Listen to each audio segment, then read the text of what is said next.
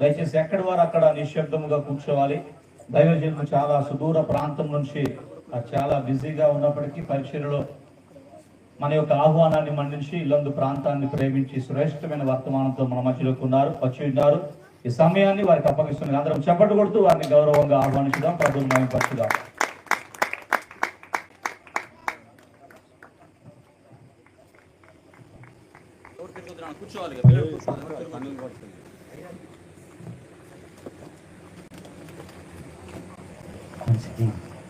దేవుని నామానికి మహిమ కలుగును గాక. ఆమేన్. దేవుని నామానికి మహిమ కలుగును గాక. దేవుడు మనల్ని ప్రేమించి ఈ రాత్రి తన పిల్లలంగా మనందరము ఇలా కూడుకొని ఆయన మాటలు వినగలుగుటకు ఈ సమయాన్ని దేవుడు మనకు ఇచ్చాడు. అందుని బట్టి దేవునికి మన క్రీస్తు ప్రభు ద్వారా కృతజ్ఞతాస్తుతులు చెల్లిస్తూ మరి తన పిల్లలైన మీ అందరికీ, వేదిక మీద ఉన్న సేవకులకు, పెద్దలందరికీ మరి క్రీస్తు నామంలో మరి హృదయపూర్వకమైన వందనాలు తెలియజేస్తున్నాను. ప్రార్థన చేసుకొని దేవుని మాటలు విందాం. తలలో ఉంచి ప్రార్థన చేసుకున్నాం. మహోన్నతుడమైన మా తండ్రి, మీ ప్రేమను మీ వాత్సల్యతను మాపై ఉంచి మీ కుమారుడైన యేసుక్రీస్తు వారి రక్తంలో మమ్మల్ని కడిగి మీ రాజ్యపు వారసులుగా నిలబెట్టుకొని మీ నామానికి మహిమ తెచ్చుకున్నట్టుకో ఇదిగో ఇలా మీ పిల్లలందరినీ ఒక్కొక్క పాత్రగా మీరు వాడుకుంటున్నందుకు మీకు కృతజ్ఞతాస్తుతులు చెల్లిస్తున్నాము ఆయన. ఇదిగో ఈ ప్రాంగణం అంతటిలో మీ సన్నిధి ఉంచండి. మీ మాటలనైనా చెప్పుటకు నిలబడుతున్న మీ దాసునికి మీ ఆత్మ సహాయపడబడ్డాయి.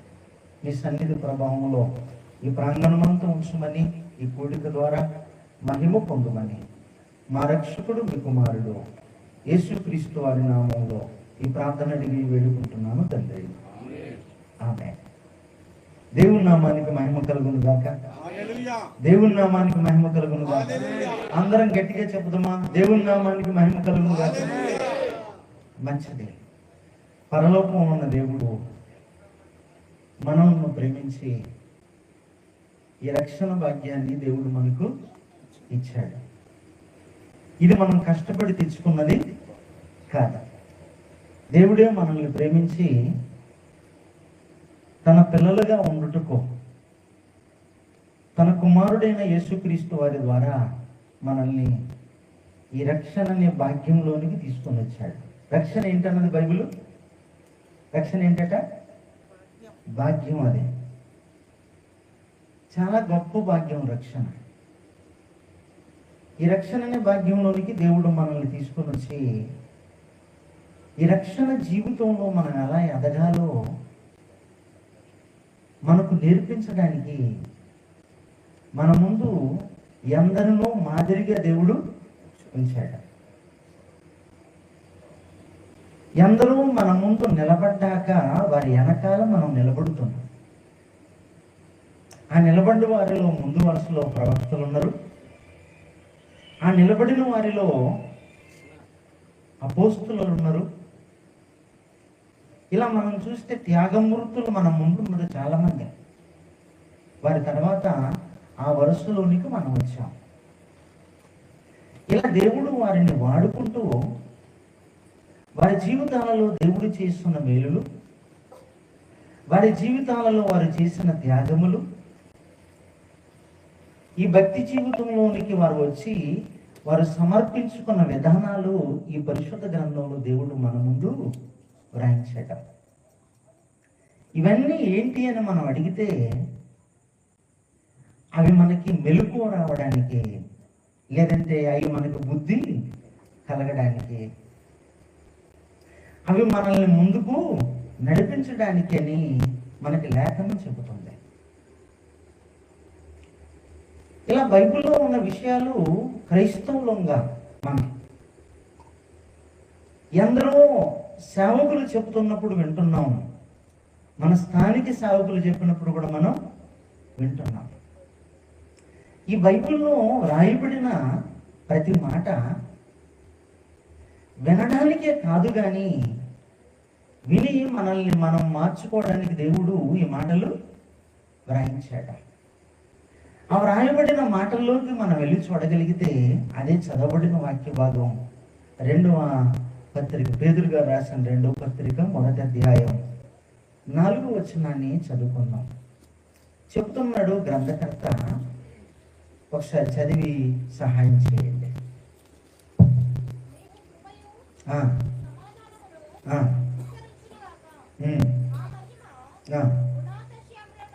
ఆ మహిమ గుణాతిశయములను బట్టి ఆయన మనకు అమూల్యములను అత్యధికములనైన వాగ్దానములను అనుగ్రహించి ఉన్నాడు. దురాశను అనుసరించుట వలన లోకమందున్న భ్రష్టత్వమును ఈ వాగ్దానముల మూలముగా మీరు తప్పించుకొని దైవ స్వభావములోనికి రావాలట. ఏ స్వభావంలో రావాలి? ఎవరెవరు రావాలి? ఈ స్వభావంలోనికి ఎవరెవరు రావాలట? ప్రభువులోనికి వచ్చిన ప్రతి ఒక్కరూ మన హృదయపు అంతరంగం, మన మనస్సు, ఈ రెండు కలుపుకొని ఆలోచిస్తే స్వభావం ఏం కావాలట? మారాలా? మనిషి స్వభావం మారాలట. ఏం రావాలట అంటే మన స్వభావం వెళ్ళిపోవాలట. మనలోనికి ఏం రావాలట? దేవ స్వభావం రావాలట. మనలోనికి దైవ స్వభావం రావాలి. అంటే దేవుని మనస్సు మనలోనికి రావాలి. దేవుని ఆలోచనలతో మన హృదయం నింపబడాలి. ఆయన ప్రేమ చూడండి. మనం ఇంకొకలాగా ఉంటామంటే వాళ్ళు ఊరుకుంటారా? చెప్పండి, ఎవరైనా ఊరుకుంటారా? మీలా నేను ఉంటానంటే ఊరుకుంటారా?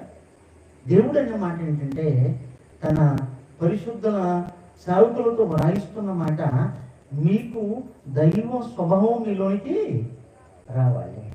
అందుకు మనల్ని దేవుడు ఇక్కడ దాకా తెచ్చుకుంటాడు.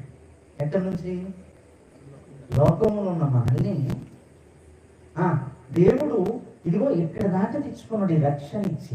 ఎందుకు మమ్మల్ని పిలిచావు దేవానంటే మీలోనికి నా స్వభావం రావాలి. ఏ దేవుని స్వభావం రాకపోతే దేవుడు మనతో ఉండడా? దైవ స్వభావం మనలోనికి రాకపోతే దేవుడు మనల్ని పరలోకం రానివ్వడా?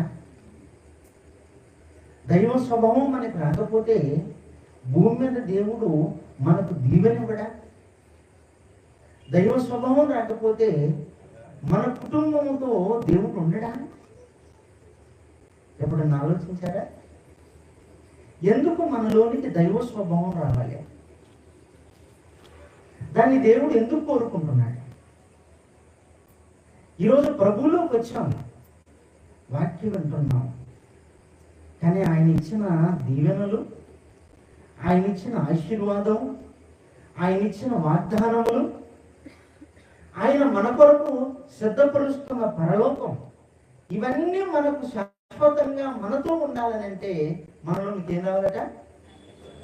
ఏం రావాలి చెప్పండి అందరూ? దేవ స్వభావం, దైవ స్వభావం మనలోనికి రావాలట. ఈ స్వభావం మనలోనికి వస్తే పరలోకములో ఉన్న దేవుడు ఆనందిస్తాడట. అందుకనే దేవుడు బైబిల్లో చెబుతూ ఉంటాడు, మన ముందు మనకి 4 వైపులా భద్రత ఉంది. మనం పడిపోవడానికి, మనం చెడిపోవడానికి, మనం బలహీనతలో పడడానికి వీలు లేనంత కృపను దేవుడు మనకి ఇచ్చాడు. ఏదో మనం నోటితో ఏదో మాట్లాడతాం కానీ అది కాదు. దేవుడు మనపై ఉంచిన కృప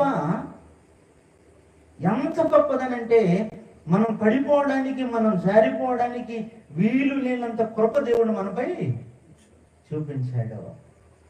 అది అందుకోగలుగుతున్నావా? ఒకవైపు దేవుడు చెబుతున్నాడు, నేను పరిశుద్ధుని కనుక మీరును క్రైస్తవులు ఎలా ఉండాలట? పరిశుద్ధులు. యేసుప్రభు వారు చెప్తున్నాడు. యేసుప్రభు వారు ఆయన ఎలాంటి ఆయన పరిశుద్ధుడే. ఆయన పరిశుద్ధుడే. మరి మనకు ఆదరణకర్తగా పంపిన పరిశుద్ధాత్ముడు ఎవరు? ఈయన పరిశుద్ధుడే. తన పిల్లలందరూ ఎవరైనా తన దేవుని తర్వాత ఏమండి మన ప్రభు అయిన పరిశుద్ధాత్ముడైన ఎవరిల్లు పరిశుద్ధులే. మరి దేవుడు వాడుకున్న ప్రవక్తలు పరిశుద్ధులే. మరి దేవుడు పిలుచుకొని సేవకు పంపించిన అపోస్తులు పరిశుద్ధులే. మరి మన ఆత్మీయత ఏంటి? మనం క్రైస్తవ్యంలోనికి వచ్చాం, క్రీస్తులోనికి వచ్చాం. అండ్ పరలోకానికి మంచి పునాది ఎక్కడ వేసుకోవాలట? ఇక్కడే మనం పునాది వేసుకోవాలి. అండ్ కుటుంబాలు గట్టపడకపోతే పరలోకం ఎక్కడిది? వ్యక్తులు సరిచేయబడకపోతే పరలోకం ఎక్కడిది? భూమి మీద పరలోకపు తండ్రి ఆశీర్వాదాన్ని పొందుకునే అర్హత మనకు లేకపోతే పరలోకం ఎక్కడిది చెప్పండి? వాటి కొరకు ఆలోచిస్తూ ఉంటారు అందరూ. వాటి కొరకు కాదు, దిద్దపడడానికి ముందు ఆలోచించాలి. ఇక్కడ సరిచేయబడితే పరిశుద్ధాత్ముడు మన అక్కడ దాకా నడిపిస్తాడు భద్రంగా. కాబట్టి మన చుట్టూ ఏమండి తండ్రి, ఒకవైపు యేసు ప్రభు వారు, ఒకవైపు పరిశుద్ధాత్ముడు, ఒకవైపు త్యాగమూర్తులైన అపోస్తలులు ఉన్నారు. ఎంతమంది జీవితాలు మన ముందున్నప్పుడు ఎందుకు బలహీనం అవ్వాలి? ఎందుకు ఈ మాట అంటున్నాంటే చాలా మందిలో కొన్ని బలహీనతలు మనకి కనబడుతున్నాయి. క్రైస్తవంగా మనమే కూర్చుంటే నలుగురు ఏవేవో మాట్లాడుకుంటా ఉన్నాం. ఎందుకు అవి వచ్చాయి ఆలోచించండి. మనం బలహీనులం కావద్దని బైబిల్ చెప్తుంది. హెబ్రీ పత్రికలో 11 చివరి మాటల్లో అంటది, ఇదిగో ఎంత గొప్ప సాక్షి సమూహం అట. ఎంత గొప్ప సాక్షి సమూహము లోకము నీకు కనబడకుండా, పాపము నీకు కనబడకుండా, ఏ బలహీనత నీలోనికి రాకుండా వాళ్ళ జీవితాలు త్యాగాలు మన ముందు దేవుడు వ్రాసి ఉంచాడు. వాళ్ళు ఎవరకంటే సాక్షి సమూహం. ఆలోచించండి. అందుకే పరలోకములో ఉన్న దేవుడు మనతో చెప్పే మాట ఏంటంటే, పేతురు గారు రాసిన మొదటి పత్రిక 1వ అధ్యాయం 14వ వచనంలో దేవుడు మనతో మాట్లాడుతున్న మాట చదవండి ఒకసారి. నేను పరిశుద్ధుడనై ఉన్నాను గనుక గనుక మీరును పరిశుద్ధులై ఉండుడని వ్రాయబడి ఉన్నది కాగా మీరు ఏమండి చెప్తున్నాడు, మీరు విధేయులకు పిల్లలై మీ పూర్వపు అజ్ఞాన దశలో మీకుండిన ఆశలను అనుసరించి ప్రవర్తించక మిమ్మల్ని పిలిచిన వాడు పరిశుద్ధుడై ఉన్న ప్రకారము మీరును ఎక్కడట ఎంత అంట సమస్త ప్రవర్తనలో మనం ఇలా ఉండగలుగుతున్నామా? దేవుడు అలానే చెప్తాడు. మనం ఎలానే ఉన్నాం అనుకుంటే ప్రభువు ఏ క్షణాన్ని వస్తాడో మనకి తెలియదు. ఈ రాత్రి మన రోజు చివరైతే, ఈ రాత్రి అంటే మన ఆయుష్ అక్కడికి అయిపోతే, ఈ భూమి మీద మనకి దేవుడు ఆయుష్ ఉంచగానే మన ప్రవర్తన అంతటిలో మనం ఎలా కనపడ్డాడట? పరిశుద్ధులో. దేవుడు నీతిమంతుల కొరకు ఎతుకుతున్నాడు లోకంలో. దేవుడు ఎవరి కొరకు ఎతుకుతున్నాడట? ఆయనకి ఎవరు కావాలి? ప్రభుత్వాలకి డాక్టర్లు కావాలి, ప్రభుత్వాలకి ఇంజనీర్లు కావాలి, ప్రభుత్వాలకి నర్సులు కావాలి, ప్రభుత్వాలకి డ్రైవర్లు కావాలి, ప్రభుత్వాలకి ఇలా ఎంతో మంది ఉద్యోగస్తులు కావాలి. మరి దేవునికి ఎవరు కావాలి? పరిశుద్ధులు, నీతిమంతులు కావాలి. ఏమంటే దేవుడు ప్రారంభం నుంచి చూస్తున్నాడు. ఈ ప్రకృతి అంతా చేసింది ఎవరికో తెలుసా? పరిశుద్ధులుగా ఉండాలి నా పిల్లలని ఈ ప్రకృతి అంతా చేశాడు. ఎవరికి చేశాడట? పరిశుద్ధుల కొరకు. బైబిల్ అంటది, జగత్తు పునాది వేయబడక మునిపే మనల్ని క్రీస్తులో ఎన్నుకుండట. మనం ఎలా ఉండాలని? పరిశుద్ధులుగా ఉండాలని. పరిశుద్ధుల కొరకు దేవుడు ఈ ప్రకృతిని చేస్తే ఈ పరిశుద్ధులకు వచ్చిన ఈ ప్రకృతిలోనికి వచ్చిన మనుషులు నెమ్మదిగా ఏమైపోతున్నారు? పాపానికి దగ్గర అవుతున్నారు. ప్రభువుని నమ్మిన ఈ బలహీనతలు పూర్తిగా వదిలి వెళ్ళట్లేదు. వెళితే అవి పూర్తిగా మనిషిని వదిలి వెళ్ళిపోతే ఏమంటే పేతురు గారు ఈ మాట ఎందుకు చెబుతాడు? మీరు సమస్త ప్రవర్తనలో పరిశుద్ధులై ఉండండి అంటే సంఘానికి చెప్తున్నాడు. నేను అక్కడ ఉన్న ప్రజలతో మాట్లాడుతూ ఆయన అంటున్నాడంటే వాళ్ళలో కూడా ఏముంది? కొంచెం సమస్త ప్రవర్తనలు ఏం లేదు, ఉండండి. ఇలా ఉంటేనే దేవుడు నీ కుటుంబంతో ఉంటాడా? ఉండనన్నాడా? చెప్పండి. దేవుడు నాతో ఉండాలి, దేవుడు నా కుటుంబంతో ఉండాలి అంటే మనం ఎలా ఉండాలి? అంటే దేవుడిని దగ్గరికి రాకుండా ఎవరు చేసుకుంటున్నారు? దేవుడు దగ్గర ఉండాలని మనల్ని ప్రభులోనికి తీసుకొచ్చాడు. దేవుడు మనకి దగ్గర ఉండాలి. ప్రభులోకి వచ్చాక మనం అంతా బాగుందని మనం దేవుడిని ఏం చేస్తా ఉన్నాం? జరుపుతున్నాం. దేవుడు సైడ్ అవుతున్నాడు. ఏమంటే ఇశ్రాయేలును కూడా దేవుడు ఎంతో ప్రేమించాడు, ఎన్నో అద్భుత కార్యాలు చేశాడు. ఏమంటే వాళ్ళ జీవితాల్లో వాళ్ళ ప్రయాణం అంతా మనం చూస్తే కొద్ది రోజులు బాగా నిలబడతారు, కొద్ది రోజులు మరలా ఏమవుతా ఉంటారు? పడిపోతూ ఉంటారు. కొద్ది రోజులు నిలబడతా ఉంటారు, కొద్ది రోజులు పడిపోతున్నప్పుడు వాళ్ళ మీదికట ప్రకృతి ఎదురు తిరిగింది. వాళ్ళ మీదకి ఒక్కొక్క సమయంలో ప్రకృతే ఎదురు తిరిగింది. వాళ్ళ మీదకి వాళ్ళ పొలాలే ఎదురు తిరిగినాయి. కొన్ని సంవత్సరాలు వాళ్ళకి పంటలు ఎందుకు పండలేదు? ఆలోచించారా? ఏమిటి కొన్ని సంవత్సరాలు ఆకాశం వర్షాన్ని ఇవ్వలేదట. ఎందుకు వర్షం పడలేదు? వర్షం పడాలి కదా. ఏమిటి కొన్ని సంవత్సరాలు వాళ్ళు ఎంతో ప్రార్థన చేసిన దేవుడే మౌనంగా ఉన్నట్టు మనం బైబిల్లో చూస్తాం. ఈరోజు ఉన్న పరిస్థితులు ఏంటి? క్రైస్తవులు చాలా మంది ఉన్నాం అని చెబుతున్నప్పుడు, ఎంతమంది క్రైస్తవులు ఉన్నప్పుడు ప్రకృతి ప్రజల మీదకి ఎందుకు ఎదురు తిరుగుతుంది? ఆలోచించండి. రండి, ఒక 2-3 సంవత్సరాల నుండి చూస్తున్నాం. పంట చేతికి వచ్చే టైంలోనే పంట పాడవుతుంది. ఎందుకు అవుతుంది? పంట నోటికాడికి వచ్చే టైంలో పంటలు ఏమవుతున్నాయి? మామిడికాయలు రాలిపోతున్నాయి, వరి పొలాలు భూమి మీద పడిపోతున్నాయి. ఏమంటే మొక్కజొన్నలు అవి పూర్తిగా ఎండకు ముందే ఇరిగిపోతా ఉన్నాయి చెట్లన్నీ. ఎందుకలా తెలుసా? ఏం జరుగుతుందో? ఏమంటే ఫలాని మృగాలు అంతరిస్తున్నాయి, ఏమండి పశువులు అంతరిస్తున్నాయి. ఇగో పిచ్చుకలు కనపడట్లేవు, కాంకులు కనపడట్లేవు.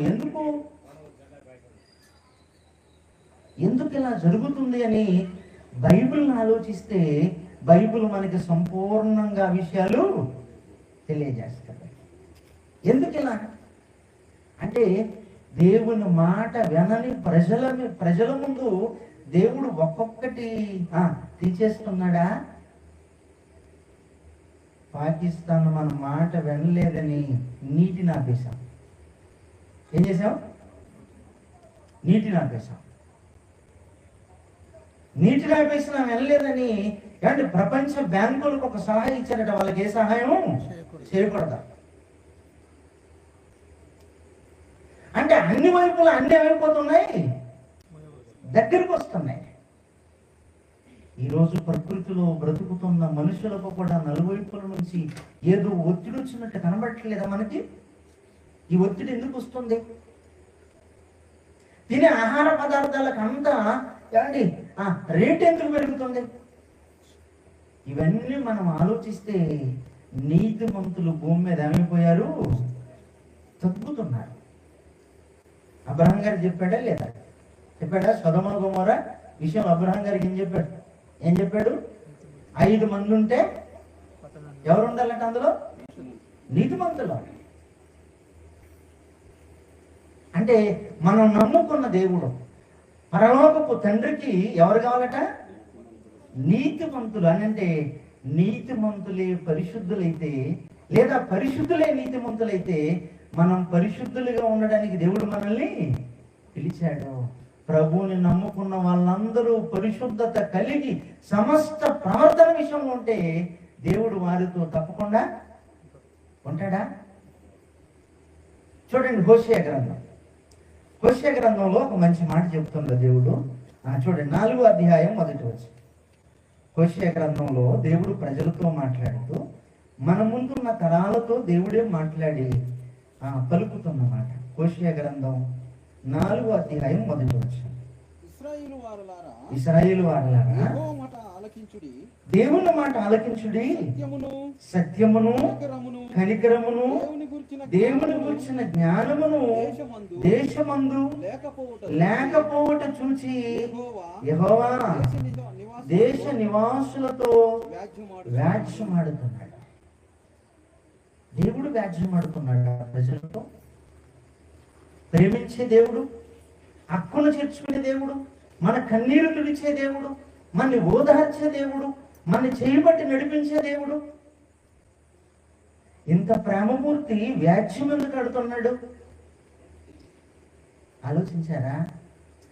వాళ్ళ కొరకని చదువుకుంటున్నాం, కానీ ఇది మన కొరకు కూడా వ్రాయబడిన మాటే. దేవుడే వారితో ఏం చేస్తున్నాడట? వ్యాజ్యమాడుతున్నాడు. చదవండి. కాబట్టి దేశము ప్రలాపించుచున్నది, దాని పశువులను ఆకాశ పక్షులను కాపురస్తులందరూ క్షీణించుచున్నారు. క్షీణత ఒకదాని వెనకాల ఒకటి ఆగిపోతుంటాయి, డెవలప్ అవ్వట్లేదు, గతించిపోతున్నాయి. అని అంటే అవి అంతరించి పోతున్నాయి.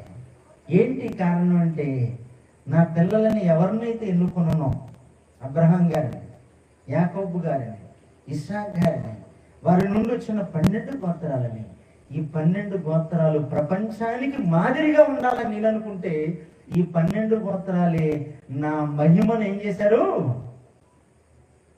పాడు చేశారు. నా మాట వారు వినట్లేరు అని దేవుడట వాళ్ళతో వ్యాజ్యమాడుతున్నాడంటే, ఆహారాన్ని ఏం చేశాడు? తగ్గించాడు. మాంసాన్ని ఏం చేశాడు? తగ్గించాడు. పంటలు ఏం చేశాడు? తగ్గించాడు. మనిషి చేసే తప్పుడు ఆలోచనలు ఏమండి, ఆ బ్రతుకులో దైవత్వం లేకపోవడం వలన దేవుడట మన ప్రభావాన్ని పక్షుల మీద చూపిస్తున్నాడు. అవి ఎందుకు చనిపోతాయి అసలు? ఆ ప్రభావాన్ని మత్స్యముల మీద చూపిస్తున్నాడు. నీకు భోజనాన్ని పెట్టను అని. మనమేమో డబ్బు ఉంది కదా కొనుక్కుంటాం అనుకుంటున్నాం. జీవితాలలో దేవుని ప్రేమను మనం అర్థం చేసుకున్న ఏలియా గారి గట అరణ్యంలోకి ఏం పంపించాడు? భోజనం పంపించాడు. అరణ్యంలోనికి భోజనం పంపించాడు. అర్థం చేసుకొని ప్రజల గట ఆకాశాన్ని ఎత్తడి చేశాడట, భూమిని ఇనుముగా చేశాడు. అదేంటి మరి? దేవుణ్ణి మనస్సార్థం చేసుకొని దైవ స్వభావం కలిగి పరిశుద్ధత కలిగి మనం ఎప్పుడైతే మన కుటుంబాలను కట్టుకుంటామో ఆయన సన్నిధి మనతో ఉంటది అని లేఖనం చెబుతుంది. మరొక మాట ఇర్మీయా గ్రంథం 4వ అధ్యాయం 14వ వచనంలో, ఇర్మీయా గ్రంథం 4వ అధ్యాయం 14వ వచనంలో దేవుడు మాట్లాడుతూ ఆ వాక్య భాగాన్ని ఒకసారి చదవండి.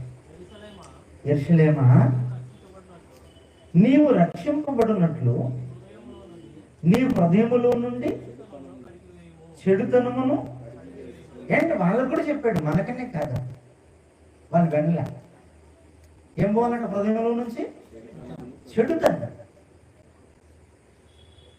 దేవుణ్ణి నమ్ముకున్న క్రైస్తవ్యంలో ఉండకూడదు ఏంటంటే చెడుతనం. దేవుని నమ్ముకున్న కుటుంబంలో కుటుంబ యజమానురాలు పిల్లల దగ్గర నుంచి ఏముండకూడదట, అది లేకుండా చూసుకోవాలట. అదొక్కటే ఆయనకు నచ్చదట.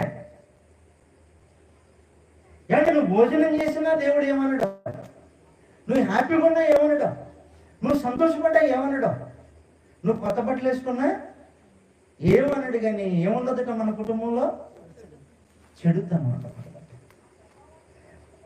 హృదయంలో నుంచి దాన్ని ఏం చేయాలి, దూరంగా తీసివేయాలి. 18 వచనం చదవండి. 18 నీ ప్రవర్తనయు నీ క్రియలను వీటిని నీ మీదకి రప్పించినవి. మీ ప్రవర్తనే కదా, మీ క్రియలే కదా. కావలసుకొని నేనేమన్నా ఈ కీడంతటిని మీ మీదకి తీసుకొని వచ్చానా? ఈరోజు క్రైస్తవం మీదకి ఏమొచ్చిందో చెప్పండి. ఏమొచ్చింది? మనం అంటాం కదా, ప్రభు రాకడ వస్తా ఉన్నది, అందుకనే మనకి ఏమొస్తానే. నిజమేనా? అది నిజమేనా? ప్రభు రాకడ దగ్గరకు వస్తుందనే మన మీదకి సమస్యలు వస్తున్నాయా, లేదా మన ప్రవర్తన సరిగా లేక వస్తా ఉన్నాయా? ఆలోచించండి. లేఖనాన్ని బట్టి క్రైస్తవులు అందరం దిద్దబడితే లేఖనానుసారమైన శ్రమలు మనకు వస్తున్నాయా?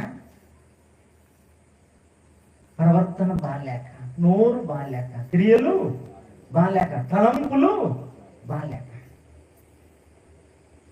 ఏమండి, ఎవరిని నమ్మాలన్నా నమ్మకత్వం ఉండలేము. కానీ ఏ వ్యక్తి అని ఎవరు నమ్మాలి? క్రైస్తవులను నమ్మాలి. కానీ ఈరోజు క్రైస్తవులను కూడా ఏమంటానంటే వాళ్ళని కూడా నమ్మేటట్టుగా ఎందుకు ఆలోచించండి. రాత్రి ఈ సభ, ఏ సభ అంటే సంఘ క్షేమాభివృద్ధి. అదే చెప్తున్నాను నేను. మన కుటుంబం బాగుండాలంటే, మన సంఘం బాగుండాలంటే మనం ఏం చేయాలి?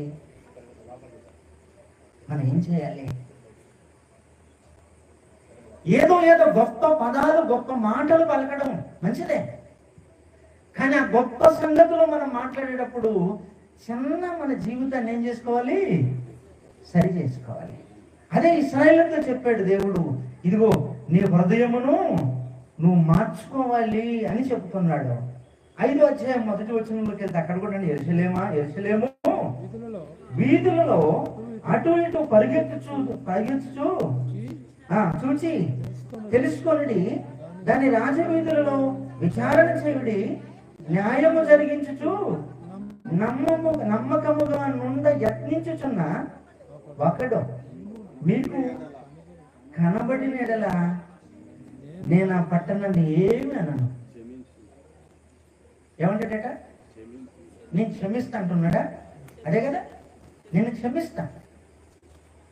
కనబడకపోతే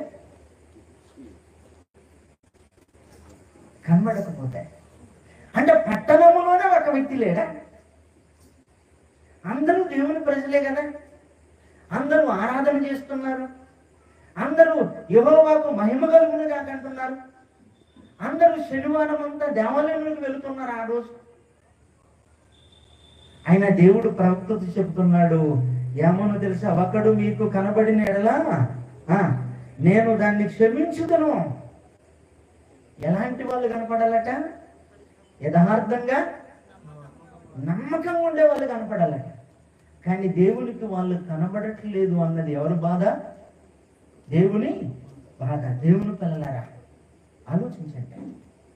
ఈ రాత్రి మన గొప్పతనం కాదు, మన ఘనత కాదు, మన తెలివి కాదు, మన జ్ఞానం కాదు, ఏ యోగ్యత మనలో లేకున్నానో దేవుడు మనల్ని ప్రభువులోనికి తీసుకొచ్చాడు. ఈ రక్షణ భాగ్యాన్ని మనకి ఇచ్చాడు. మన ప్రవర్తన దీన్ని ఎప్పుడు ఏం చేయకూడదు? పోగొట్టుకోకూడదు. మన జీవితం ఈ భాగ్యాన్ని పోగొట్టుకోకూడదు, దీన్ని నిలబెట్టుకోవాలి. ఇది మనకు శాశ్వత ఆనందంగా మారాలి. ఆ పరలోకపు నిత్యత్వంలో మనం కనబడాలి అని అంటే ఈ లోకంలో నీ జీవితాన్ని కట్టుకోవాలి, 2 నీ కుటుంబాన్ని కట్టుకోవాలి. ఈరోజు కుటుంబంలో చెడు అనేది ఏదో చిన్నదో పెద్దదో జరుగుతుందనంటే అక్కడ మౌనంగా ఉంటున్నామా, నోరు తెరుస్తున్నామా? చూడండి, చూసినా మనం పలకరించట్లేం. పిల్లల్ని కానీ పెద్దవాళ్ళని కానీ చూసినా మందలించట్లేం. కానీ మన కుటుంబాలను కట్టుకుంటే దేవుని సన్నిధి మన కుటుంబంతో ఉంటదన్నట.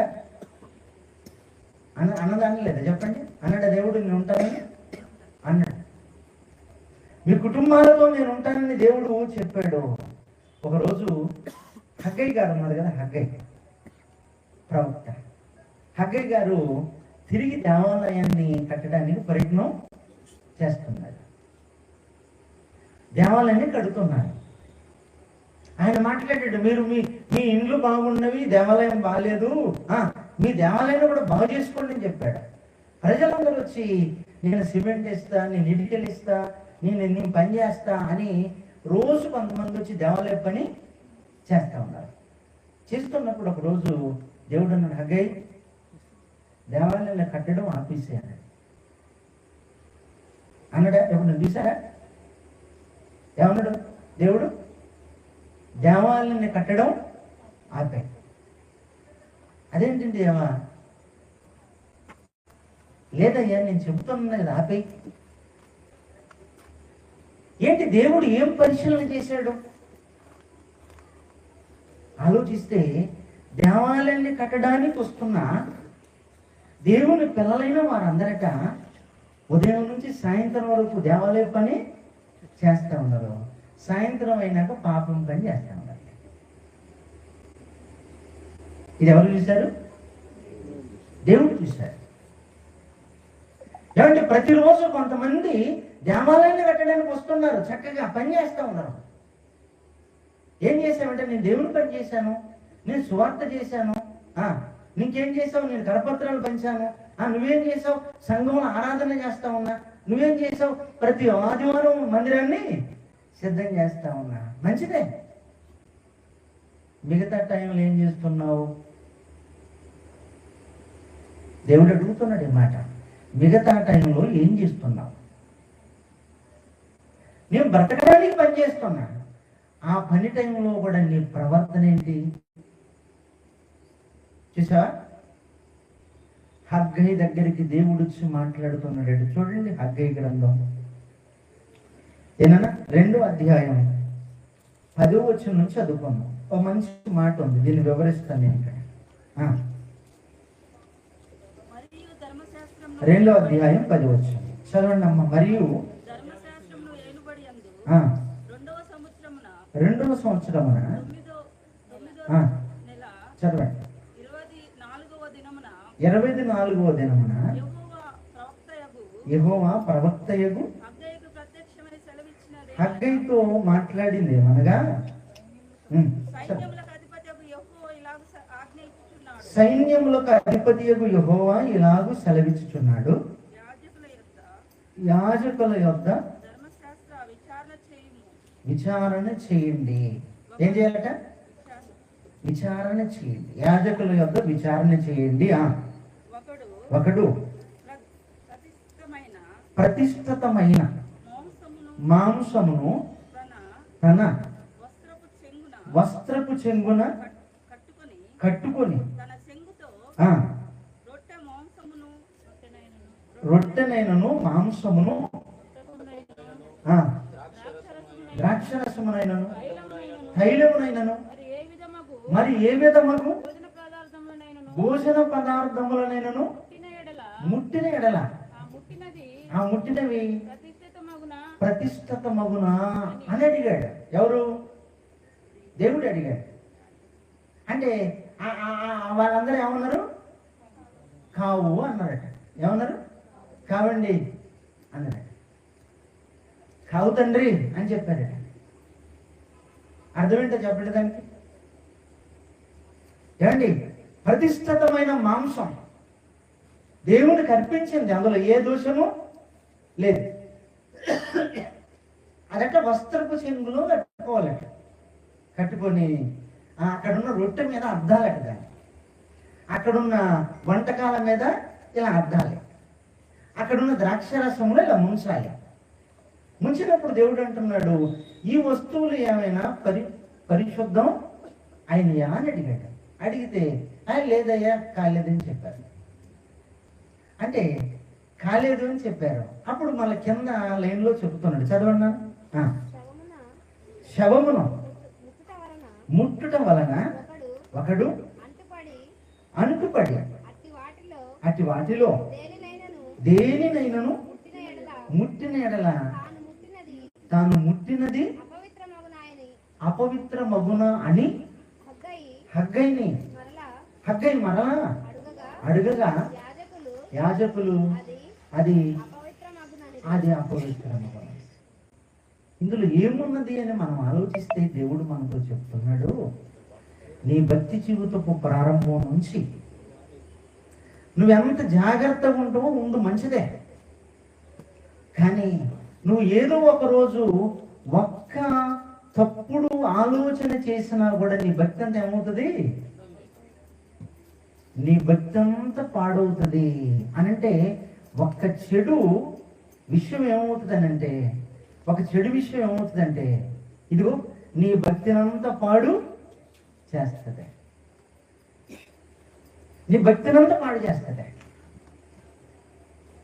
పరిశుద్ధత అంటే దేన్ని ఏం చేయలేదు? పవిత్రం చేయలేదు. ఒక అంటుపడింది, ఒక శవం కాడ అంటుపడిందనట. వీళ్ళందరూ ఏమైపోయారట? ఏమండి, వాళ్ళు పరిశుద్ధులుగా లేరట, వీళ్ళు కూడా అంటుపడిపోయారట.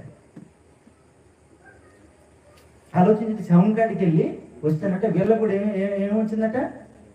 ఒక పాపం అందరినీ చెడగొడుతుంది. పరిశుద్ధత ఏం చేయాలి చెప్పండి? అందరినీ బాగు చేయాలి కదా. ఈరోజు పాపం బలంగా ఉందా? పరిశుద్ధత బలంగా ఉందా? చూడండి, పాపం మన వదిలిపోవాలని ప్రభు ప్రాణం పెట్టాడు, కానీ ప్రాణం పెట్టాడు నేను చెప్పుకుంటూ మనం ఏం వదలట్లేదు? పాపాన్ని వదలట్లేదు. దేవుడు అంటున్నాడు, ఇదిగో ఒక మంచిది వీటన్నిటిని పరిశుద్ధపరచలేదు, కానీ ఒక చెడు ఈ అన్నింటికి ఏం తెచ్చింది?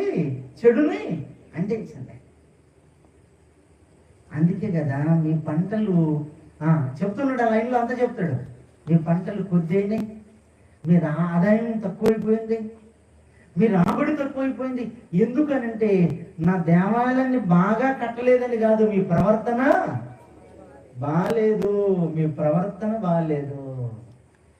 ఈ రోగాలేంటి, ఈ ప్రాబ్లమ్స్ ఏంటి, ఈ కరువు ఏంటి, ఈ ఆర్థిక పరిస్థితులు ఏంటి, ఇవన్నీ ఆలోచిస్తే నువ్వు కుటుంబాన్ని దేవుడు చెప్పినట్టుగా ప్లాను చేసుకోవట్లేదు. నీ కుటుంబాన్ని దేవుడు చెప్పినట్టుగా కట్టట్లేవు. నువ్వు నీ కుటుంబాన్ని దేవుని పాదాల ముందు మోకరింప చేయట్లేవు. దేవుడు మనల్ని ఎప్పుడు కోరి కోరి మనం వదిలిపెట్టాలని అనుకోవటం. ఆయన మనల్ని ప్రాణంగా ప్రేమిస్తున్నాడు. మనల్ని ప్రేమించాడు కనుకనే తన ప్రియ కుమారుణ్ణి మన కొరకు బలిగా అర్పించాడు. మనం అంటే దేవునికి ఏంటో చెప్పండి? ప్రాణం, ఇష్టం. మీరు నా జనం, మీరు నా సొత్తైన ప్రజలు, మిమ్మల్ని ఏర్పాటు చేసుకున్నా. ఆయన అంటున్నాడు, మీరు రాజులైనా మీరు నా పిల్లలరా, మీరు నాలా ఉండాలి, మీరు పాపము చేయకూడదు, మీరు నాలా ఉండాలి. ద్వితీయోపదేశకాండం 31వ అధ్యాయం. సమయం దగ్గర పడుతుంది మనకి. ద్వితీయోపదేశకాండం 31వ అధ్యాయం 6 నుంచి 8 వరకు చదువుకున్నాం. మోషే గారు చెప్తున్నాడు యెహోషువ గారితో, తనతో ఉన్న కాలేబు గారితో చెప్తున్నాడు, భయపడకుడి, వారిని చూసి దిగులు పడకుడి, మీతో కూడా వచ్చువాడు మీ దేవుడైన యెహోవా. ఎవరితో వస్తాడట? జనాంగంతో. ఎవరితో వస్తాడట? యెహోషువతో వస్తాడట. చెప్తున్నాడు, మీతో కూడా వచ్చువాడు మీ దేవుడైన. దేవుడు మనతో వస్తాడా? దేవుడు మనతో వస్తాడా? మీతో కూడా వచ్చేవాడు మీ దేవుడైనా యెహోవాయే. చదవన్నా, ఆయన నిన్ను విడువడు నిన్నెన్నడు ఎడబాయుడు. మరియు మరియు మోషే మోషే యెహోషువను పిలిచి, యెహోషువను పిలిచి నీవు నిబ్బరము కలిగి నీవు నిబ్బరము కలిగి ధైర్యముగా ఉండుము. ధైర్యముగా ఉండుము. యెహోవా యెహోవా ఈ ప్రజలకిచ్చుటకు ఈ ప్రజలకిచ్చుటకు వారి వారి పితరులతో పితరులతో ప్రమాణం చేసిన ప్రమాణము చేసిన దేశములకు నీవు వీరితో కూడా పోయి దానిని వారికి స్వాధీనపరచవలెను. నీ ముందర నడుచువాడు యెహోవా, ఆయన నీకు తోడైయుండును, ఆయన నిన్ను విడువడు.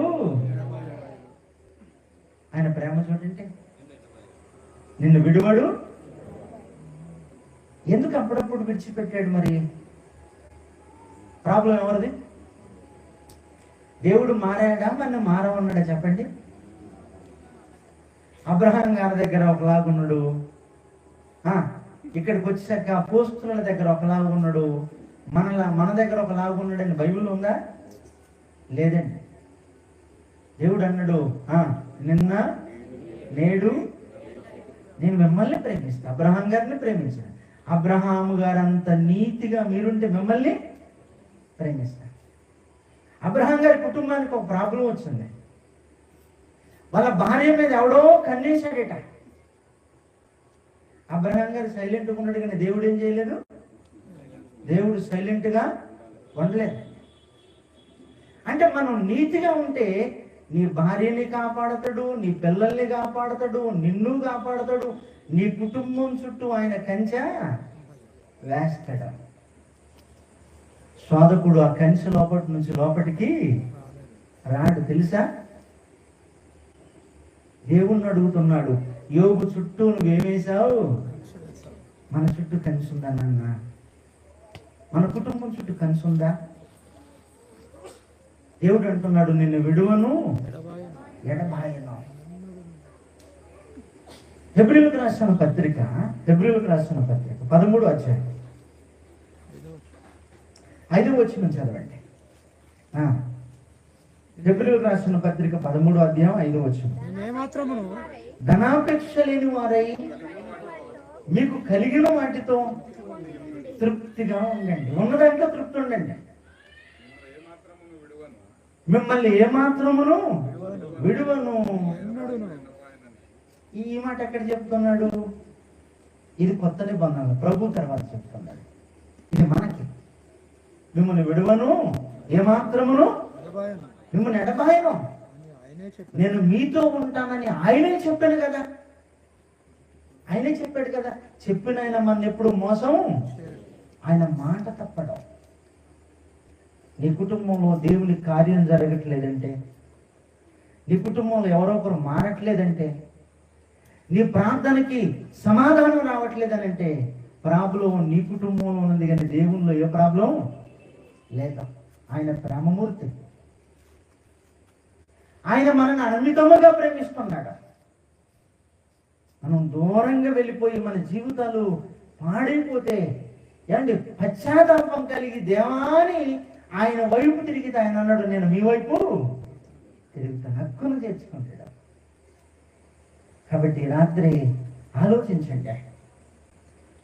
దేవుడు మన ప్రార్థన ఆలకించాలి. దేవుని సన్నిధి మన కుటుంబంతో ఉండాలి. దేవునిలో మన పిల్లల జీవితాలు దీవెనకరంగా మారాలని అంటే మనల్ని మనం దిద్దుకోవటం చాలా అవసరం.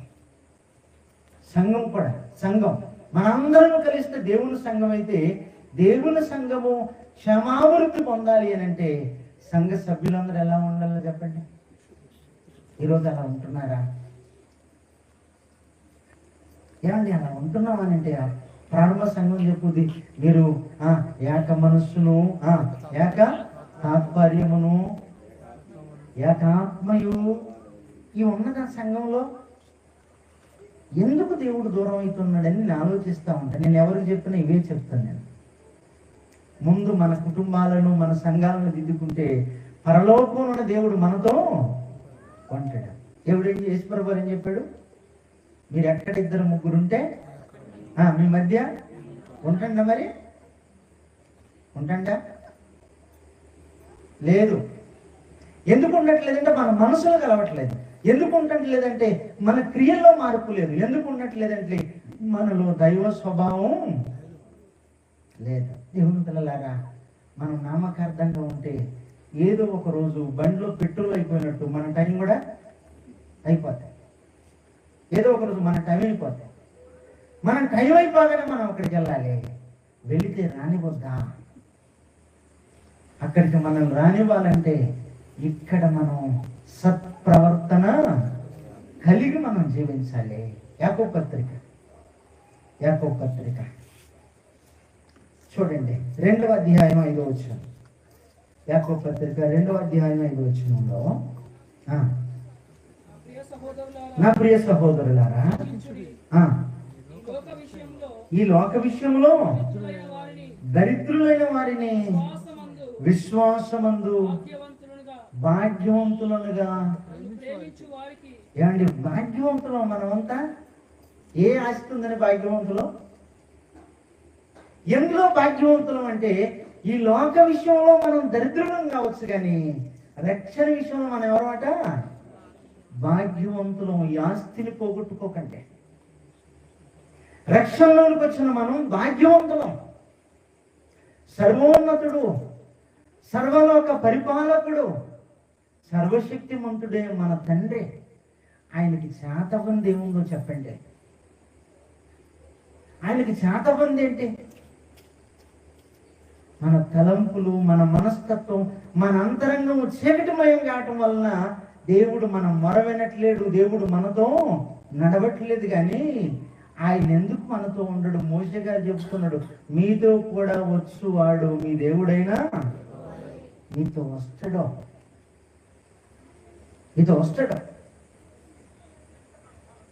ఒకరోజు సొలొమోను గారితో ఉన్నటువంటి దేవుడు ఈ సొలొమోను గారి దగ్గరికి శాబాదేశపు రాణి వచ్చింది. ఈ శాబాదేశపు రాణి సొలొమోను గారితో మాట్లాడుతుంది. రాజుల మొదటి గ్రంథం 10వ అధ్యాయం 8వ వచనం. రాజుల మొదటి గ్రంథం 10వ అధ్యాయము 8వ వచనం. నీ జనులు భాగ్యవంతులు, నీ ముందర ఎల్లప్పుడూ నిలిచి ఏనా నీ జ్ఞానవచనములను వినుచుండు నీ సేవకులు భాగ్యవంతులు. ఏమండి, ప్రభువులోకి వచ్చిన వాళ్ళు ఎవరట? భాగ్యవంతులు. ఆయన వాక్యం విన వాళ్ళు ఎప్పుడో చెప్పండి. ఇస్కరియోతు యోధ భాగ్యవంతుడా? భాగ్యవంతుడైనా అలా చెప్పగలరా? చెప్పలేం. ప్రభువుతో నడిచాడు, వెళ్ళవలసిన మార్గాన తప్పిపోయాడు. అననీయ సఫీరా భాగ్యవంతులా? అని కాదు. ఆ విషయాలు పక్క పెట్టండి, ఎందుకు అవి నేను చెప్పాను. కానీ వాళ్ళ భాగ్యాన్ని ఏం చేసుకున్నారు? పోగొట్టుకున్నారు. ఈరోజు సొలొమోను గారు ముందున్న వాళ్ళంటే ఆ రాణి గారు చెప్తున్నారు, నీ జనులు భాగ్యవంతులు, నీ జ్ఞానవచనములు వింటున్నారు. ఈరోజు ప్రభువులోకి వచ్చిన మనం భాగ్యవంతులం. దేవుని నోట నుండి వచ్చిన మాటలు వింటున్నాం, ఆ మాటలు చదువుతున్నాం, కానీ ఆ మాటల ప్రకారంగా క్రైస్తవ్యం బ్రతకట్లేదు నాన్న. కుటుంబాలు కట్టుకోవట్లేదు. కాబట్టి జాగ్రత్త పడండి. ఈ రాత్రి మీ కుటుంబాన్ని వాక్యానుసారంగా కట్టుకోవడానికి మీరు ప్రయత్నం చేయాలి. ప్రార్థన పూర్వకంగా సిద్ధపడండి. ఇది చిన్న విషయం ఏమీ కాదు. కుటుంబాలను ప్రార్థనాపూర్వకంగా కట్టుకోవడం చిన్న విషయం కాదు. దేవుని ముందు ప్రాధేయపడండి. అవసరమైతే ఉపవాస ప్రార్థన చేయండి. నీ కుటుంబం మంచి పునాది మీద కట్టుకోవడానికి ప్రయత్నం చేయండి. మీ సంఘం కూడా దేని మీద కట్టబడాలి? అపోస్తుల పునాది మీద కట్టబడాలి. సంఘము క్షమాభివృద్ధి అంటే మంచిగా ఉండాలి, అభివృద్ధి కావాలి, అంతేగా. క్షమాభివృద్ధి అంటే సంఘం బాగుండాలి, ఆశీర్వాదకరంగా ఉండాలి. రెండోది అభివృద్ధి కావాలి. ఈ రెండు జరగాలంటే ముందు వరుసలో కూర్చునే సంఘస్థులు బాగుండాలి. ముందు వరుసలో కూర్చునే సంఘస్థులు బాగుండాలి. లోకాన్ని ఇక్కడ తీసుకొని రావాలని ఆశ సంఘస్థులకు ఉండాలి. నేను ఒక్కదాన్నే ఉంటే సరిపోద్ది, ఎవడు వద్దనన్నది అనుకో, ఆ సంఘం క్షమాభివృద్ధి ఉండదు. ఏమండి, ఈ బల్ల ముందు కూర్చున్న ముందు వరుసలో ఉన్న వాళ్ళకు ఏముండాలంటే ఈ సంఘంలోనికి లోకాన్ని ఇక్కడ తీసుకొని వాళ్ళు బాగుపడతారు. ఇక్కడ తీసుకొని రావాలి, ఏ రూపాయలనే తీసుకురావాలి అనే ఆశ ముందు లైన్లో కూర్చున్న వాళ్ళకుంటే వాళ్ళ కుటుంబాలు దీవించబడతాయి. అలా ఉన్నదా? మనమే మారట్లేం. లోకం ఉంటుంది, ఏమా దేవుని నమ్ముకోండి, రక్షణ దేవుడు మీకు ఇస్తాడు, మనకి పరలోకం ఉందని. అంటే మా లైన్లో దేవుని నమ్ముకున్న వాళ్ళు ఉన్నారయ్యా, వాళ్ళు ఏం మారిందండి మమ్మల్ని దేవుని నమ్ముకోమంటాం. వాళ్ళ లైన్లో ఎవరున్నారట? నమ్ముకోండిరట. ఇవన్నీ విన్నప్పుడు మనస్సు బాధ అవుతుంది.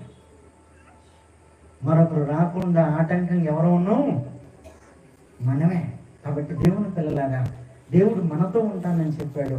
ఆయన అన్నాడు, మీరు నన్ను నా మాటలు గైకొని నన్ను ప్రేమిస్తే దేవుడు మిమ్మల్ని ప్రేమిస్తాడు. యేసుప్రభు అన్నాడు యోహాను సువార్త 14వ అధ్యాయంలో ఏమన్నాడంటే, నేనును నా తండ్రియు మీతో నివాసము చేస్తామన్నాడు. యేసుప్రభు అన్నాడు, ఇగో మిమ్మల్ని నేను కూడా యుగ సమాప్తి వరకు నేను మీతో. ఎక్కడ మన వదిలిపెట్టారు చెప్పండి? ఒకవైపు తండ్రి, ఒకవైపు కుమారుడు, ఒకవైపు పరిశుద్ధాత్ముడు, ఇలా వాళ్ళ భద్రతలో మనం నడిపించాలని వాళ్ళు ఆశ కలిగి మన వెనకాల మన ముందు నడుస్తున్నప్పుడు మనమే కదా అప్పుడప్పుడు లోక బలహీనతల్లోనికి వెళ్ళిపోతున్నాం, అవిశ్వాసంలోనికి వెళ్ళిపోతున్నాం, పాపంలోనికి వెళ్ళిపోతున్నాం, కంటితో పాపాన్ని చేస్తున్నాం, చెవితో పాపాన్ని చేస్తున్నాం, నోటితో. ఈ రాత్రి చెప్తున్నాను, ఈ మూడింటిని జాగ్రత్తగా పెట్టుకోగలవా? ఈ మూడు జాగ్రత్తగా ఉంటే నీ మనసు బాగుంటుంది. నీ మనసు బాగుంటే పాపము నీ జోలికి వస్తుందా? ఏమేమి బాగుండాలో చెప్పండి ఒకసారి అందరూ, ముగిస్తాను. ఏం బాగుండాలి? ఒకటి కన్ను, ఏంటంటే ఒకటి కన్ను, రెండవది చెవి, మూడవది నోరు. ఈ మూడు బాగుండాలి. ఈ మూడు బాగుంటుంటే పాపము మన జోలికి రాదు. మూడు బాగాలేకపోతే మనల్ని నేల కూల్చేది పాపం. కాబట్టి దేవుని పిల్లలారా, దేవుడు ఈ రాత్రి చెప్తున్నాడు మనకు కూడా ఏమని, మిమ్మల్ని విడువను ఎడబాయను. ఏ రోజున విడిచాడనిపిస్తే తప్పు దేవుని గారు ఎవరిది? మనదే. మన జీవితాలు ఏంటి? దేవుణ్ణి అడిగితే దేవుడు అంటున్నాడు, ఏంటి తండ్రి అని అంటే, భూమి మీద నీతిమంతుల లెక్క తక్కువ అవుతుందట. దేవుడు ఏమంటా ఉన్నాడు? నీతిమంతుల లెక్క తగ్గుతుంది. నీతిమంతులు దేవుడు అనుకున్న లెక్క ప్రకారంగా సరిపోనుంటే ఈ భూమి కూడా, ఈ ప్రజలు కూడా, ఈ లోకం కూడా ఆశీర్వాదకరంగా ఉంటారు. నీతిమంతులే లేనప్పుడు, పరిశుద్ధులే లేనప్పుడు ఈ లోకం ఎందుకు? ఈ ప్రజలు నాకు ఎందుకు? ఈ లోకం ఎందుకు? ఈ ప్రజలు ఎందుకు? దేవుడు ఎప్పుడు నీతిమంతుల కొరకే చూస్తూ ఉంటాడు. ఒకరోజు ప్రపంచాన్ని అంతా చూస్తున్నట దేవుడు అన్నాడు, నోవాహు నీవే నా ముందు నీతిమంతుడిగా అగపడుచున్నావు. ఆ తర్వాత సంఘం దేవుని ముందుకు వచ్చింది. ఆ తర్వాత ఆ సంఘంలోనికి మనందరం వచ్చాం.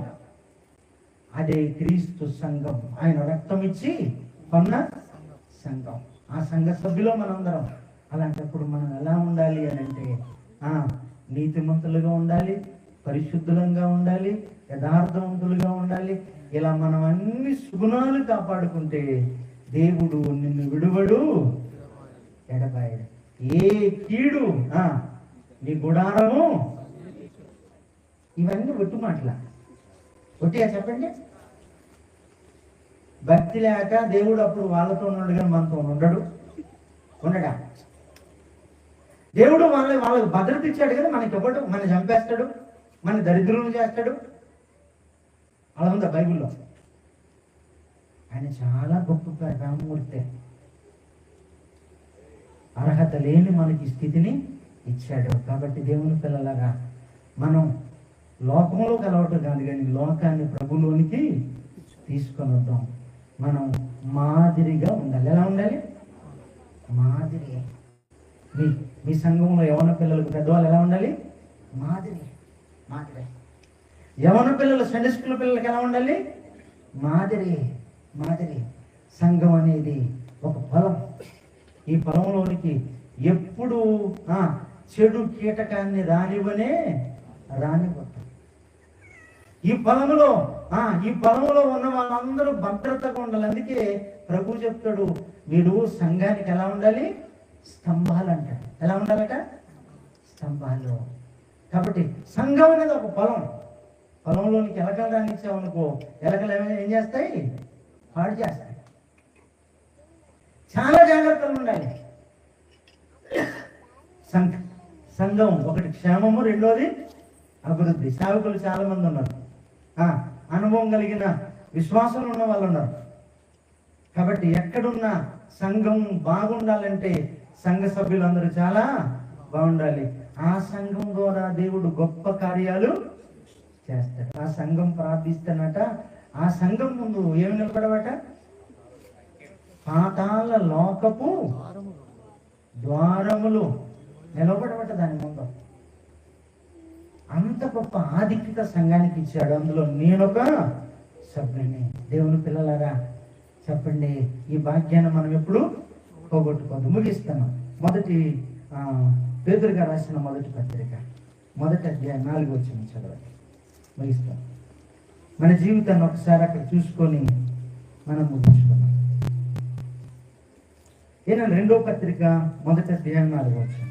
ఆ మహిమా గుణాతిశయములను బట్టి ఆయన మనకు అమూల్యములను అత్యధికములైన వాగ్దానములను మనకు అనుగ్రహించాడు. అమూల్యములు అంటే గొప్పవి, శ్రేష్టమైనవి, విలువైనవి. రెండోది వాగ్దానములు మనకు అనుగ్రహించాడు.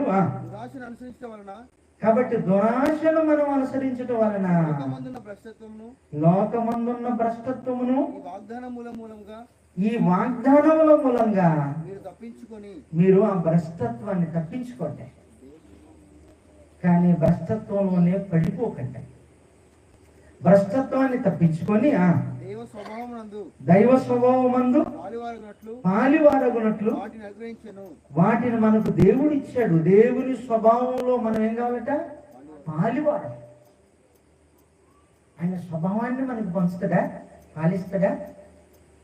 ఆయన స్వభావంలో మనం పాలిభాగస్తులు మగునట్లు మనకు అవి అనుగ్రహించను. చదవండి. ఆ మాట చేతనే మీ మట్టుకు మీరు పూర్ణ జాగ్రత్త గల వారై మీ విశ్వాసమును సద్గుణమునందు జ్ఞానమునందు ఆశానిగ్రహమునందు సహనముందు భక్తి యందు సహోదర ప్రేమయందు దయను అమర్చుకోండి. ఇవన్నీ ఎక్కడ ఉండాలట? ఒకదానికొకటి వెల్లింగ్ చేసినట్టుగా అమర్చుకోనుడి. ఇవన్నీ మీలో ఉండాలి. అమర్చుకోనుడి. ఇవి మీలో ఉండి అవి విస్తరించిన ఎడలా అవి మన ప్రభు అయిన యేసుక్రీస్తును గూర్చిన అనుభవ జ్ఞాన విషయములలో విశ్వాసులైన మనలను సోమరులైన నిష్ఫలులైనను కాకుండా చేయును. నిష్ఫలంటే ఫలము లేని కాకుండా, ఫలములతో నింపబడిన ఒక చెట్టులా మన జీవితం, మన కుటుంబం ఉండాలంటే ఇదిగో ఇవి మనం కలిగి ఉండాలట. ఇవి ఎవరికి లేకపోవును వాడు తన పూర్వ పాపములకు శుద్ధి కలిగిన సంగతి మర్చిపోయి గుడ్డివాడును పరలోకము మనసుతో చూడలేని వాడును అగును. అందువలన మీ పిలుపును మీ ఏర్పాటును నిశ్చయము చేసుకొనుటకు మరీ జాగ్రత్తగా ఉండండి. ఎలా ఏం చెప్పాడు? మరీ జాగ్రత్త. సంగమా జాగ్రత్త. ప్రభు ఈ లోకానికి వస్తాడు ఏదో ఒక రోజు. పాపం మాత్రం మనలోనికి రాకూడదు, మన కుటుంబంలోనికి రాకూడదు. పాపపు ఆలోచనలు ఉంటే ఈ రాత్రి నీ హృదయంలో నుంచి చీకటిని తొలగించుకో. ఈ రాత్రే మనకు చివరి రోజైందనుకో, ఆ పాపము నిన్ను ప్రభు పాదాల దగ్గరికి చేరనివ్వదు. ఆయన ప్రేమమూర్తి ఈ సభ నీ కొరకే ఏర్పాటు చేశాడేమో, ఈ సందేశం నీ కొరకేనేమో. ఒకసారి ఆలోచించు, ఒక్కసారి ఆయన ప్రేమను అర్థం చేసుకో. పరలోకం మనకి ఇవ్వడానికి లోకంలో ఉన్న మనల్ని దేవుడు సంఘంలోనికి తీసుకొని వచ్చాడు.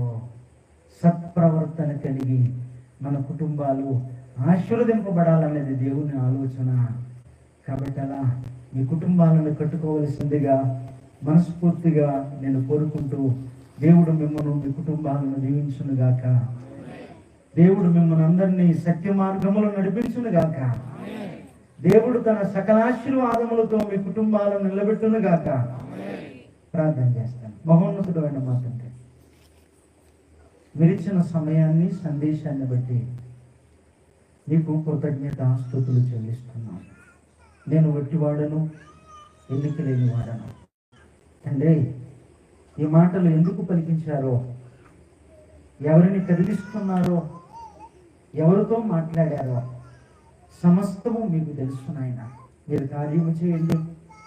మీ బిడ్డల కుటుంబాలను, సంఘాలను, వ్యక్తులను ఆశీర్వాదకరంగా నిలబెట్టమని, ఈ వెత్తబడిన వాక్యం హృదయాల్లో ముద్రించమని, దీని ద్వారా మహిమ పొందమని ఆయన మీ పిల్లలు శ్రీనివాసాన్ని అక్కను బట్టి, కుటుంబాన్ని బట్టి మిమ్మల్ని స్తుతిస్తూ, వారిని ఇంకా మీ పరిచర్యలో బలంగా వాడుకోనమని, ఇంకా మీకు నమ్మకంగా ఉండగలిగే మనస్సును, పరిశుద్ధాత్మ నడిపింపును వారికి ప్రసాదించమని, సంఘమును కూడి వచ్చిన మీ పిల్లలందరినీ మీ చేతులకు అప్పగిస్తూ, మా రక్షకుడు మీ కుమారుడు యేసుక్రీస్తు వారి నామంలో ఈ ప్రార్థన అడిగి వేడుకుంటున్నాను తండ్రి. ఆమేన్. మంచిది. సమయాన్ని అధ్యక్షుల వారికి అప్పగిస్తున్నాను. స్తోత్రం. హల్లెలూయా. ఒకసారి బిగ్గరగా చెప్దామండి. దేవునికి స్తోత్ర. చక్కని వర్తమానం ద్వారా మనందరినీ కూడా ఆత్మీయ జీవితంలో లోతైన అనుభవంలోకి నడుచుటకు దేవుడు తన దాసుల ద్వారా మనందరితో మాట్లాడినందరూ ఒకసారి బిగ్గరగా చప్పట్లు కొడుతూ ప్రభుని కనపడదాం. ఇక్కడ వర్తమానం ద్వారా ప్రభు మనతో మాట్లాడినందుకు మనందరం కూడా ఒకసారి గట్టిగా వెనుకున్న వారు కూడా చప్పట్లు కొడుతూ ప్రభుని కనపడదాం. విత్తబడిన వాక్యం మనందరి హృదయాల్లో ఫలించి ఆశీర్వాదకరంగా మార్చబడును గాక. అందరం లేచి నిలబడి ముగింపు ప్రార్థన చేసుకుందామండి. సమయంలో అందరూ కూడా లేచి నిలబడి, ఇప్పటి వరకు పరిశుద్ధ ఆత్మ దేవుడు తన దాసు నిలబెట్టుకొని మనతో మాట్లాడి ఉండగా, ఈ రాత్రి నీవు నేను మనం ఇంకెక్కడైనా పవిత్రత లేని వారుగా ఉంటున్నామేమో ఒకసారి జ్ఞాపకం చేసుకుందాం.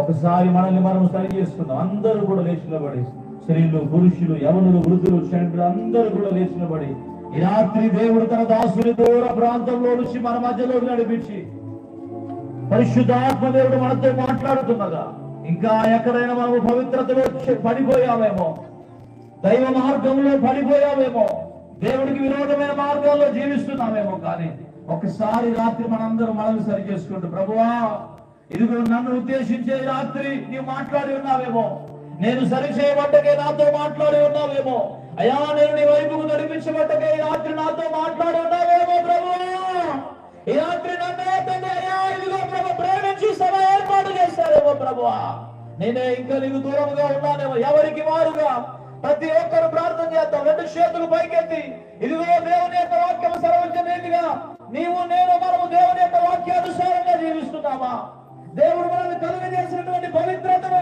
కలిగి ఉన్నామా, కోల్పోయామా జ్ఞాపకం చేసుకున్నాం. అందరూ కూడా చేతులు పైకెత్తి ఒకసారి దేవుడు పెట్టారా ఈ ఆఖరి ఒక క్షణంలో అందరూ ప్రార్థన చేద్దాం. ఎవరు మౌనంగా ఉండదు కానీ, ఏ ఒక్కరు నిశ్శబ్దంగా ఉండదు కానీ, స్వరమెత్తి రాత్రి ప్రభువుని హృదయాన్ని ఏ అంతరంగాన్ని పరిశుద్ధ పరచబడాలని రాత్రి ద్వారా మాట్లాడుతుండగా ప్రతి ఒక్కరూ కూడా ప్రభువా ఇంకా నాలో నీకు విరోధమైన క్రియలను రాత్రి తీసివేసుకునే కృప ఇచ్చేయండి, నీకు వ్యతిరేకమైన ఆలోచనలను తీసివేసుకునే కృప ఇచ్చేయండి, నీ చిత్తానికి విరోధమైన అడుగులను తీసివేసుకునే కృప ఇచ్చేయండి. ఈ రాత్రి నన్ను తండ్రి అయా నీ దైవ స్వభావములను మార్చండి ప్రభువా, అయా నీ యొక్క దైవ ప్రత్యక్షత నాపై లేపండి ప్రభువా. ఇదిగో నాయన నా పిలుపును, ఏర్పాటును అయా మరి జాగ్రత్తగా చూసుకునే కృప ఇచ్చేయండి ప్రభువా. అందరం ఒకసారి ప్రార్థన చేద్దాం. స్తోత్రం స్తోత్రం స్తోత్రం. మన మధ్యలో సహోదరుడు పాల్గొని వచ్చి ప్రార్థన నడిపిస్తారు. సహోదరుడు పాల్గొని వచ్చి ప్రార్థన నడిపిస్తారు. ముగింపు ప్రార్థన చేస్తారు. మనందరం కూడా ప్రార్థనలో ఏకీభవిద్దాం. సహోదరుడు పాల్గొని వచ్చి ముగింపు ప్రార్థన చేస్తారు. మనందరం కూడా ప్రార్థనలో ఏకీభవించుదాం.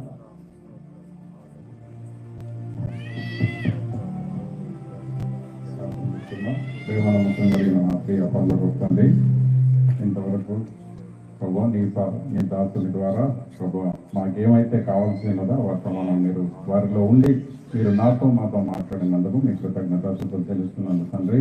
అవును ప్రభు, ఈ రోజులలో ప్రభు నీతిమంతులు చాలా అరుదుగా కనిపిస్తున్నారు. అవును ప్రభు, మంచి అనేది ప్రభు కనపడడం లేదు. లోకమంతా చెడుతోనే ఉంది ప్రభు. మేము ఆ చెడుని మా యొక్క హృదయంలో నుంచి మేము తొలగించుకున్నట్టు ప్రభు మీరు సహాయం చేయమని వేడుకుంటున్నాను ప్రభు.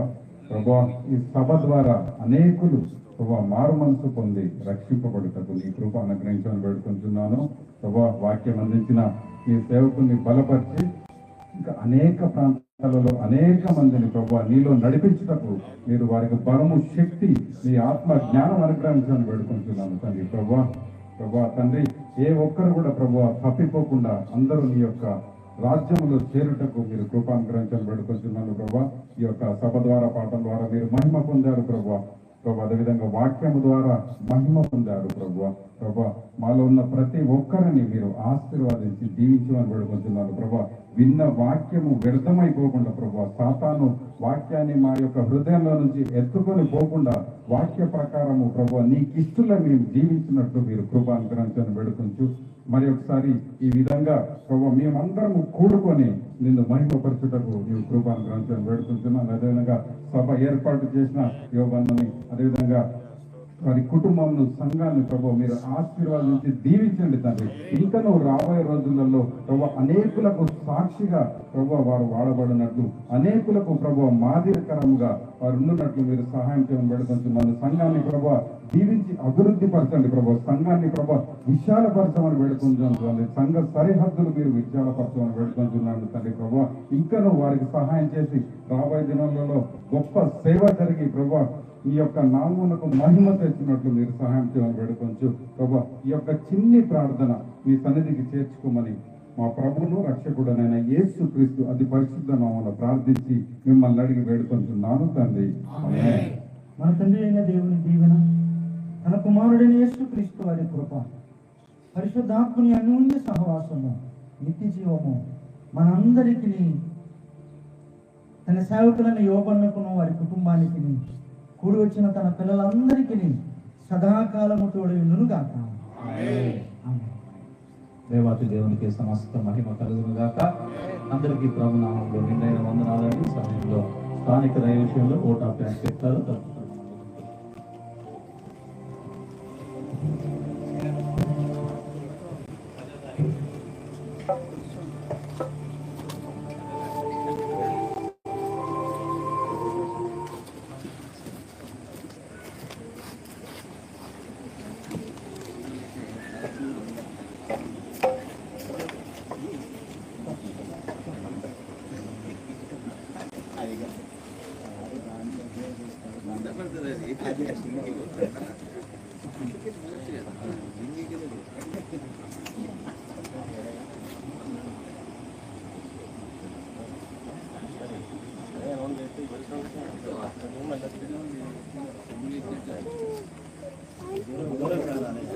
దేవుని నామముకు మహిమ కలుగును గాక.